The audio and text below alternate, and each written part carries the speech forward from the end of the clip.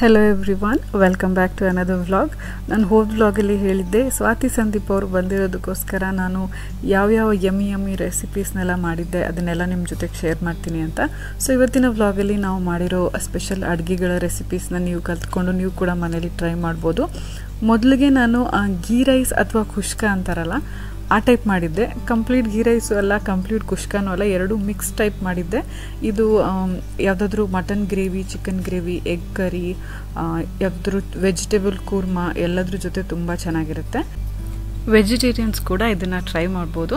ಇದಕ್ಕೆ ಮೊದಲಿಗೆ ನಾನು ಕುಕ್ಕರ್ಗೆ ಒಂದು 4 ಟೇಬಲ್ ಸ್ಪೂನಷ್ಟು ತುಪ್ಪ ಹಾಕಿದ್ದೀನಿ. ನೀವು ತುಪ್ಪ ಎಣ್ಣೆ ಎರಡು ಮಿಕ್ಸ್ ಕೂಡ ಮಾಡ್ಬೋದು, ಇಲ್ಲ ಬರೀ ತುಪ್ಪದಲ್ಲೂ ಮಾಡ್ಬೋದು. ಇದಕ್ಕೆ ನಾನು ಗರಂ ಮಸಾಲೆ ಹಾಕ್ತಾಯಿದ್ದೀನಿ, 2 ಪಲಾವ್ ಎಲೆ, ಮತ್ತು 4 ಲವಂಗ, ಒಂದು 10ರಿಂದ 15 ಪೆಪ್ಪರ್ ಕಾಳುಗಳು, ಒಂದು ದೊಡ್ಡ ಏಲಕ್ಕಿ, 2-3 ಚಿಕ್ಕ ಏಲಕ್ಕಿ, ಜೀರಿಗೆ, 1 ಇಂಚ್ ಅಷ್ಟೇ 2 ಪೀಸ್ ಚಕ್ಕೆ, ಹಾಗೆ ಚಕ್ರ ಮೊಗ್ಗು, ಮರಾಠಿ ಮೊಗ್ಗು, ಕಲ್ಲು ಹೂವು, ಸೊ ಒಂದೇ ಒಂದು ಜಾವಿತ್ರಿ ಮತ್ತು ಜಾಯ್ಕಾಯಿನ ನಾನು ಒಂದು 1/4 ಭಾಗದಷ್ಟು ಈ ರೀತಿ ಪುಡಿ ಮಾಡಿ ಹಾಕ್ತಾಯಿದ್ದೀನಿ.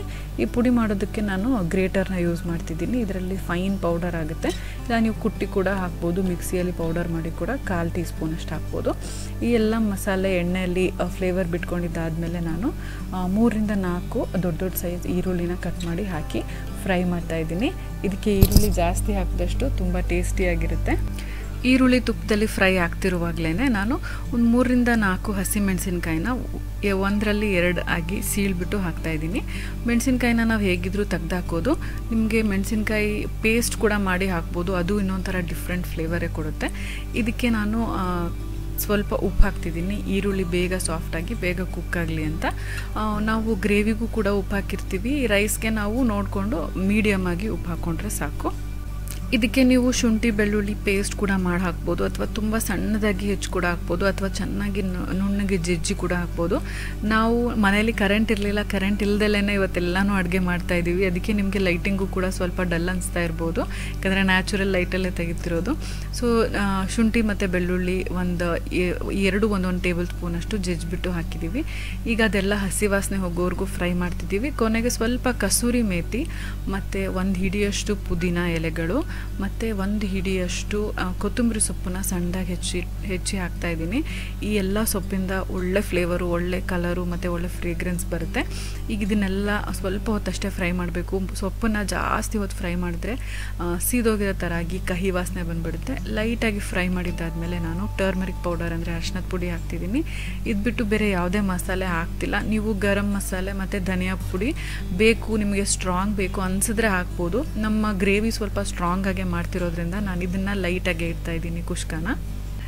ಈ ಕುಷ್ಕಾಗೆ ಕೆಲವರು ಚಿಕನ್ ಪೌಡರ್ ಕೂಡ ಹಾಕ್ತಾರೆ, ಅಥವಾ ಚಿಕನ್ ಸ್ಟಾಕ್ ಅಥವಾ ಮಟನ್ ಸ್ಟಾಕ್, ಅಂದರೆ ಚಿಕನ್ ಬೇಯಿಸಿಟ್ಕೊಂಡಿರೋ ನೀರು, ಮಟನ್ ಬೇಯಿಸಿಟ್ಕೊಂಡಿರೋ ನೀರು, ಅದನ್ನು ಒಳ್ಳೆ ಫ್ಲೇವರ್ ಬರುತ್ತೆ. ನಾನಿವತ್ತು ಬಾಸ್ಮತಿ ಅಕ್ಕಿನ ನೆನೆಸಿಟ್ಟಿದ್ದೆ, ಅದೇ ನೀರನ್ನು ಹಾಕ್ತಾಯಿದ್ದೀನಿ. ಅಂದರೆ ಫಿಲ್ಟರ್ ವಾಟರಲ್ಲೇ ನೆನೆಸಿಟ್ಟಿದ್ದೆ. ಎಷ್ಟು ಬಾಸ್ಮತಿನೋ ಅದು ಡಬ್ಬಲ್ ಅಷ್ಟು ವಾಟರ್ ಹಾಕಿ ನೆನೆಸಿಟ್ಟಿದ್ದೆ 20 ಮಿನಿಟ್ಸ್ಗೆ. ಆ ನೀರನ್ನು ನಾನು ಇದಕ್ಕೆ ಹಾಕ್ತಿದ್ದೀನಿ ಫಸ್ಟ್ಗೆ, ಯಾಕಂದರೆ ಡೈರೆಕ್ಟಾಗಿ ಅಕ್ಕಿ ಹಾಕಿದ್ರೆ ಸ್ವಲ್ಪ ಮುದ್ದೆ ಆಗುತ್ತೆ. ನೀರು ಕುದಿಯೋಕ್ಕೆ ಬಂದಮೇಲೆ ನಾನು ನೆಂದಿರೋಂಥ ಅಕ್ಕಿ ಹಾಕ್ತೀನಿ. ಈಗ ಒಂದು ಅರ್ಧ ನಿಂಬೆ ಹೋಳನ್ನು ಹಿಂಡಿದ್ದೀನಿ. ಒಂದು ಕುದಿ ಬರೋಕ್ಕೂ ವೇಟ್ ಮಾಡ್ತಾಯಿದ್ದೀನಿ. ಈಗ ಕುದಿ ಬಂದಿದೆ. ನಾನು ನೆಂದಿರೋಂಥ ಕಂಪ್ಲೀಟ್ 4 ಕಪ್ಸ್ ಬಾಸ್ಮತಿ ರೈಸ್ನ ಹಾಕ್ತಿದ್ದೀನಿ. ಇದಕ್ಕೂ ಮುಂಚೆ ನಾನು 8 ಕಪ್ಸ್ ನೀರನ್ನು ಹಾಕಿದ್ದೆ. ಈಗ ಒಂದು ಸಲ ಫೈನಲಾಗಿ ಮಿಕ್ಸ್ ಮಾಡಿಬಿಟ್ಟು ಮುಚ್ಚಿಟ್ಬಿಟ್ಟು 1 ವಿಸಿಲ್ ಕೂಗಿಸಿದ್ರೆ ಸಾಕು. ಬಾಸ್ಮತಿ ಅಕ್ಕಿ 20 ಮಿನಿಟ್ಸ್ ನೆಂದಿರೋದ್ರಿಂದ ಕುಕ್ ಆಗೋಕ್ಕೆ ತುಂಬ ಟೈಮ್ ತೊಗೊಳ್ಳೋದೇ ಇಲ್ಲ. ಇನ್ಫ್ಯಾಕ್ಟ್ ನೀವು ಕುಕ್ಕರ್ ಕೂಗಿಸ್ತಿದ್ರೂ ಪರವಾಗಿಲ್ಲ, ಚೆನ್ನಾಗಿ ನೀರು ಹಿಂಗೋವರೆಗೂ ಹಾಗೆ ಓಪನ್ ಇಟ್ಬಿಟ್ಟು ನೀರೆಲ್ಲ ಹಿಂಗಿದ್ದಾದ್ಮೇಲೆ ಲಿಡ್ಡನ್ನು ಕ್ಲೋಸ್ ಮಾಡಿ ಸಿಮ್ಮರ್ ಮಾಡಿ 5 ಮಿನಿಟ್ಸ್ ಆದಮೇಲೆ ಆಫ್ ಮಾಡಿದ್ರೂ ಸಾಕು. ನೀವು ಇದನ್ನು ಕುಕ್ಕರಲ್ಲೇ ಮಾಡಬೇಕು ಅಂತ ಕೂಡ ಏನಿಲ್ಲ, ನೀವು ಪಾತ್ರೆಯಲ್ಲಿ ಕೂಡ ಮಾಡ್ಬೋದು. ತುಂಬಾ ಸಿಂಪಲ್ಲು. ಏನಂದರೆ ನೀವು ಅಗಲವಾದ ಪಾತ್ರೆಯಲ್ಲಿ ಮಾಡಿದಷ್ಟು ಉದುರುದ್ರಾಗೆ ಆಗುತ್ತೆ ಗೀ ರೈಸು. ಈಗ ಗೀ ರೈಸ್ ರೆಡಿ ಆಗ್ತಿದ್ದ ಹಾಗೆಯೇ ಪಕ್ಕದಲ್ಲಿ ಮಟನ್ ಕಡಾಯಿ ರೆಡಿ ಆಗ್ತಾಯಿದೆ. ಹಾಗೆಯೇ ಚಿಕನ್ ಐಟಮಲ್ಲಿ ನಾವು ಗಾರ್ಲಿಕ್ ಚಿಕನ್ ಮಾಡಿದ್ವಿ. ಮಟನ್ ಕಡಾಯಿ ಫಸ್ಟ್ ಟೈಮ್ ಟ್ರೈ ಮಾಡಿದ್ರಿಂದ ನಾನು ರೆಸಿಪಿನ ವಿಡಿಯೋ ಮಾಡೋಕ್ಕೆ ಹೋಗಲಿಲ್ಲ, ಹಾಗೆ ಕರೆಂಟು ಕೂಡ ಇರಲಿಲ್ಲ. ಹೇಗಾಗುತ್ತೋ ಏನೋ ಅಂತ ಅಂದ್ಕೊಂಡು ಡೌಟ್ಫುಲಿ ಮಾಡಿದ್ದು, ಬಟ್ ತುಂಬ ಯಮ್ಮಿಯಾಗಿತ್ತು. ನೆಕ್ಸ್ಟ್ ಟೈಮ್ ಮಾಡಿದ್ರೆ ಡೆಫಿನೆಟ್ಲಿ ಶೇರ್ ಮಾಡ್ತೀನಿ ರೆಸಿಪಿನ. ಹಾಗೆ ಗಾರ್ಲಿಕ್ ಚಿಕನ್ ರೆಸಿಪಿ ನಾನು ಆಲ್ರೆಡಿ ನಮ್ಮ ವಿಡಿಯೋ ವ್ಲಾಗ್ಸಲ್ಲಿ ತೋರಿಸಿದ್ದೀನಿ, ಕಂಪ್ಲೀಟಾಗಿ ಡೀಟೇಲ್ ವಿಡಿಯೋ ಮಾಡಿ. ಅದರ ಲಿಂಕ್ನ ನಾನು ಡಿಸ್ಕ್ರಿಪ್ಷನ್ ಬಾಕ್ಸಲ್ಲಿ ಹಾಕಿರ್ತೀನಿ, ನೀವು ಅದನ್ನು ನೋಡಿ ಮಾಡ್ಬೋದು. ತುಂಬ ಈಸಿ, ತುಂಬ ಕ್ವಿಕ್ಕಾಗುತ್ತೆ. 5 ನಿಮಿಷದಲ್ಲೇ ಎಲ್ಲ ಮ್ಯಾರಿನೇಟ್ ಮಾಡಿ ಇಟ್ಬಿಟ್ಟು ನೀವು ಆರಾಮಾಗಿ ಟಿ ವಿ ನೋಡ್ಕೊಂಡು ಕೂತ್ರೆ ಅಷ್ಟರೊಳಗೆ ಆಗಿಬಿಡುತ್ತೆ. ಸೊ ನಮ್ಮ ಗೀ ರೈಸ್ ಮತ್ತು ಗೀ ರೈಸ್ ಅಥವಾ ಕುಷ್ಕ, ಅದ್ರ ಜೊತೆ ಮಟನ್ ಕಡಾಯಿ, ಚಿಕನ್ ಗಾರ್ಲಿಕ್ ಎಲ್ಲನೂ ತುಂಬ ಯಮ್ಮಿಯಾಗಿತ್ತು. ಈಗ ಎಲ್ಲರೂ ಹಾಲಲ್ಲಿ ಕೂತ್ಕೊಂಡು ಒಬ್ಬೊಬ್ಬರಿಗೆ ಸರ್ವ್ ಮಾಡ್ತಾಯಿದ್ದೀನಿ ಊಟ ಮಾಡೋದಕ್ಕೋಸ್ಕರ. ತುಂಬ ಎಕ್ಸೈಟೆಡ್ ಇದ್ದೀವಿ. ಮನೆಯಲ್ಲಿ ಮಾಡಿರೋ ಅಡುಗೆ ಮುಂದೆ ಯಾವ ಹೋಟೆಲ್ ಊಟನೂ ಅಷ್ಟು ಚೆನ್ನಾಗಿ ಅನಿಸೋದಿಲ್ಲ. ಸೊ ನೀವು ಕೂಡ ಈ ಗೀ ರೈಸ್ ಮತ್ತು ಯಾವುದಾದ್ರೂ ಗ್ರೇವಿ ಜೊತೆ ಮಟನ್ ಚಾಪ್ಸ್ ಜೊತೆಗೂ ತುಂಬ ಚೆನ್ನಾಗಿರುತ್ತೆ. ಆ್ಯಕ್ಚುಲಿ ನಾವು ಮಟನ್ ಚಾಪ್ಸ್ ಮಾಡಬೇಕು ಅಂತಲೇ ಇವತ್ತು ಬೆಳಗ್ಗಿಂದ ಪ್ಲ್ಯಾನ್ ಮಾಡ್ಕೊಂಡಿದ್ದು. ಪುದೀನ, ಕೊತ್ತಂಬರಿ ಎಲ್ಲ ರೆಡಿ ಮಾಡ್ಕೊಂಡು ಇಟ್ಕೊಂಡಿದ್ವಿ, ಬಟ್ ಪವರೇ ಇರಲಿಲ್ಲ. ಚಾಪ್ಸಿಗೆ ಸ್ವಲ್ಪ ಕಾಯಿ ತುರಿ ಮತ್ತು ಪುದೀನ, ಕೊತ್ತಂಬರಿ ಎಲ್ಲನೂ ಚೆನ್ನಾಗಿ ಪೇಸ್ಟ್ ಮಾಡಿ ಹಾಕಿದ್ರೆ ತುಂಬ ಚೆನ್ನಾಗಾಗುತ್ತೆ. ಮಿಕ್ಸಿ ಇಲ್ದಲೇ ನಮಗೆ ತುಂಬ ಕಷ್ಟ ಆಯಿತು. ಸೊ ಏನು ಮಿಕ್ಸಿ ಯೂಸ್ ಮಾಡದೇ ಇರೋ ಥರ ಕಡಾಯಿ ಐಟಮ್ ಮಾಡೋಣ ಅಂತ ಇದನ್ನು ಮಾಡಿದ್ದೀವಿ. ಸೊ ಏನೇನು ರಿಗ್ರೆಟ್ಸೇ ಇರಲಿಲ್ಲ, ಅಷ್ಟು ಯಮ್ಮಿಯಾಗಿತ್ತು. ತುಂಬಾ ಡಿಫ್ರೆಂಟ್ ಆಗಿತ್ತು. ಹುಳಿ ಖಾರ ತುಂಬಾ ಸ್ಟ್ರಾಂಗ್ ಆಗಿತ್ತು. ಗೀ ರೈಸು ಅಷ್ಟೇ ಮೈಲ್ಡ್ ಆಗಿತ್ತು. ಕಾಂಬಿನೇಷನ್ ಪರ್ಫೆಕ್ಟ್ ಆಗಿತ್ತು. ಜೊತೆಗೆ ನೆಂಚ್ಕೊಳ್ಳೋಕ್ಕೆ ಗಾರ್ಲಿಕ್ ಚಿಕನ್ ಅಂತೂ ಒಳ್ಳೆ ಕಾಂಬಿನೇಷನ್ ಇತ್ತು. ಸ್ವಾತಿಗೆ ಕಾರ್ತಿಕಿಗೆ ಮಟನ್ ಅಷ್ಟೇನು ಫೇವ್ರೇಟ್ ಇಲ್ಲ, ನನಗೆ ಸಂದೀಪ್ಗೆ ತುಂಬ ಫೇವ್ರೇಟು. ಅದಕ್ಕೆ ನಾವು ಮಟನ್ ತುಂಬಾ ಅಪರೂಪ ಮನೆಗೆ ತರೋದು. ಸೊ ಇವತ್ತು ತಂದಿದ್ದರಿಂದ ಈ ರೆಸಿಪಿ ಮಾಡೋಕ್ಕಾಯಿತು. ಈ ರೆಸಿಪಿ ನಾನು ಆಲ್ರೆಡಿ ಹೇಳ್ದಾಗೆ ಮತ್ತೊಮ್ಮೆ ಯಾವಾಗಾದರೂ ಮಾಡಿದಾಗ ಡೆಫಿನೆಟ್ಲಿ ಶೇರ್ ಮಾಡ್ತೀನಿ, ನಿಮ್ಗೆಲ್ರಿಗೂ ಇಷ್ಟ ಹಾಗೇ ಆಗುತ್ತೆ. ಈಗ ನಾವೆಲ್ಲರೂ ಒಟ್ಟಿಗೆ ಕೂತ್ಕೊಂಡು ಊಟ ಮಾಡ್ತಾಯಿದ್ದೀವಿ. ಮನೆಗೆ ಯಾರಾದರೂ ಗೆಸ್ಟ್ ಬಂದಾಗ ಎಷ್ಟು ಖುಷಿ ಇರುತ್ತಲ್ವ, ಎಷ್ಟು ಎಕ್ಸೈಟ್ಮೆಂಟ್. ಸ್ಪೆಷಲ್ ಅಡುಗೆಗಳು ಮಾಡಿಕೊಂಡು ಎಲ್ಲರೂ ಒಟ್ಟಿಗೆ ಕೂತ್ಕೊಂಡು ಮಾತಾಡ್ತಾ ಹರಟೆ ಹೊಡಿತಾ ನಗ್ತಾ ಊಟ ಮಾಡೋದು ಎಲ್ಲ ತುಂಬ ಮಿಸ್ ಮಾಡ್ಕೋತೀವಿ ನಾವು ಇಲ್ಲಿ ಇಬ್ಬರೇ ತಮಿಳ್ನಾಡಲ್ಲಿರೋದ್ರಿಂದ. ಸೊ ಯಾರಾದರೂ ಮನೆಗೆ ಬಂದರೆ ಎಷ್ಟು ಖುಷಿಯಾಗುತ್ತೆ ಅಂದರೆ ಅದನ್ನ ಎಕ್ಸ್ಪ್ಲೈನೇ ಮಾಡೋಕ್ಕಾಗೋದಿಲ್ಲ. ನೀವು ಕೂಡ ಗೀ ರೈಸ್ ಅಥವಾ ಕುಷ್ಕನ ಇದೇ ರೀತಿ ಮಾಡ್ತೀರಾ ಅಂತ ನನಗೆ ಕಮೆಂಟ್ಸಲ್ಲಿ ಬರ್ತಿಳಿಸಿ. ಹಾಗೆಯೇ ನಾನು ಆಲ್ರೆಡಿ ಶೇರ್ ಮಾಡಿರೋಂಥ ಗಾರ್ಲಿಕ್ ಚಿಕನ್ ರೆಸಿಪಿ ಯಾರಾದರೂ ಆಲ್ರೆಡಿ ಟ್ರೈ ಮಾಡಿ ನಿಮಗೆಲ್ರಿಗೂ ಇಷ್ಟ ಆಗಿದ್ದರೆ ಅದನ್ನು ಕೂಡ ಕಮೆಂಟ್ಸಲ್ಲಿ ಬರ್ತಿಳಿಸಿ. ನನಗೆ ತುಂಬ ಖುಷಿಯಾಗುತ್ತೆ ನಿಮ್ಮ ಕಮೆಂಟ್ಸ್ ಓದೋದಕ್ಕೆ. ಸೊ ಈಗ ನಾವು ಊಟ ಎಲ್ಲ ಮುಗಿಸಿ ಸ್ವಲ್ಪ ಹೊತ್ತು ರಿಲ್ಯಾಕ್ಸ್ ಮಾಡಿದ್ವಿ. ಆಮೇಲೆ ಅದಾದರೂ ಗೇಮ್ ಆಡೋಣ ಅಂತ 4 ಜನ ಕೂತ್ಕೊಂಡು ಚೌಕಾಬಾರ ಆಡ್ತಿದ್ದೀವಿ. ಲಾಸ್ಟ್ ಟೈಮ್ ನಾವು ಚೌಕಾಬಾರ ಆಡಿದಾಗ ಕಾರ್ತಿಕ್ ಆಫೀಸಲ್ಲಿದ್ದರು, ಬಟ್ ಇವತ್ತು ರಜಾ ಇದ್ದಿದ್ದರಿಂದ ಅವರು ಕೂಡ ನಮ್ಮ ಜೊತೆಲೇ ಚೌಕಾಬಾರ ಆಡ್ತಿದ್ದಾರೆ. ತುಂಬಾ ಚೆನ್ನಾಗಿತ್ತು ಟೈಮ್ ಪಾಸ್ ಮಾಡಿದ್ದು. ಹಾಗೆಯೇ ಕ್ಯಾರಮ್ ಕೂಡ ಆಡಿದ್ವಿ, ಸ್ಕ್ರ್ಯಾಬಲ್ ಕೂಡ ಆಡಿದ್ವಿ. ಎಲ್ಲರ ಜೊತೆಲಿ ಸೇರಿದಾಗ ಎಲ್ಲ ಥರ ಗೇಮ್ಸ್ ಆಡಿಕೊಂಡು ತುಂಬ ಚೆನ್ನಾಗಿ ಟೈಮ್ ಪಾಸ್ ಮಾಡಿದ್ವಿ. ಸ್ವಾತಿ ನಾನು ಚೌಕಾಬಾರ ಆಡಿ ತುಂಬ ವರ್ಷಗಳಾಯಿತು, ನಂಗೆ ಮರ್ತೋಗಿದೆ. ನಾನು ಸೋಲ್ತೀನಿ ಅಂತಿದ್ಲು, ಬಟ್ ಫೈನಲಿ ಅವಳೇ ಗೆದ್ದಿದ್ದು. ಆಟ ಎಲ್ಲ ಮುಗಿಸಿ ಆದಮೇಲೆ ನಾವು ಸ್ವಲ್ಪ ಶಾಪಿಂಗ್ ಹೋಗೋಣ ಅಂತ ಅಂದ್ಕೊಂಡಿದ್ವಿ. ಸ್ವಾತಿ ಮತ್ತು ಸಂದೀಪ್ಗೆ ಹೊರಗಡೆ ಕರ್ಕೊಂಡೋಗಿ ಏನಾದರೂ ಬಟ್ಟೆ ಕೊಡ್ಸ್ಕೊಂಡು ಬರೋಣ ಅಂತ. ಸೊ ಅದಕ್ಕೂ ಮುಂಚೆ ನಾನು ಸ್ನಾನ ಮಾಡಿ ರೆಡಿಯಾಗಿ ಈಗ ಸ್ವಲ್ಪ ಸ್ಕಿನ್ ಕೇರ್ ಮಾಡೋಣ ಅಂತ. ಯಾಕಂದರೆ ಸ್ವಲ್ಪ ಬ್ಯುಸಿ ಆಗಿಬಿಟ್ರೆ ಸ್ಕಿನ್ ಕೇರ್ಗೆ ಟೈಮೇ ಆಗೋದಿಲ್ಲ. ನನ್ನ ಡಾರ್ಕ್ ಸರ್ಕಲ್ಸ್ ಕೂಡ ಜಾಸ್ತಿ ಆಗಿದೆ. ನಾನು ಡಾರ್ಕ್ ಸರ್ಕಲ್ಸ್ಗೆ ಟ್ರೀಟ್ ಮಾಡಿ ತುಂಬಾ ದಿನ ಆಗೋಗ್ಬಿಟ್ಟಿದೆ, ಗ್ಯಾಪ್ ಆಗೋಗ್ಬಿಟ್ಟಿದೆ. ಈಗ ನಾನು ಮಾಮಾ ಅರ್ತ್ ಅವರ ಬೈ ಡಾರ್ಕ್ ಸರ್ಕಲ್ಸ್ನ ಅಪ್ಲೈ ಮಾಡ್ತಿದ್ದೀನಿ. ಇದನ್ನು ಅಪ್ಲೈ ಮಾಡೋದು ಕೂಡ ತುಂಬ ಕನ್ವೀನಿಯೆಂಟು, ಯಾಕಂದರೆ ಟ್ಯೂಬ್ ಥರ ಇದೆ. ಅದರಿಂದ ನಾವು ಅಪ್ಲೈ ಮಾಡೋದು ಎಲ್ಲಿ ಅಪ್ಲೈ ಮಾಡಬೇಕು ಡೈರೆಕ್ಟಾಗಿ ಅಲ್ಲಷ್ಟೇ ಬರುತ್ತೆ. ಅದನ್ನು ನೀಟಾಗಿ ನಾವು ಕೈಯಿಂದ ಮಸಾಜ್ ಮಾಡ್ತಾ ಸರ್ಕಲ್ ಮೋಷನಲ್ಲಿ ಮಾಡಿದ್ರೆ ಚೆನ್ನಾಗಿ ಅನಿಸುತ್ತೆ.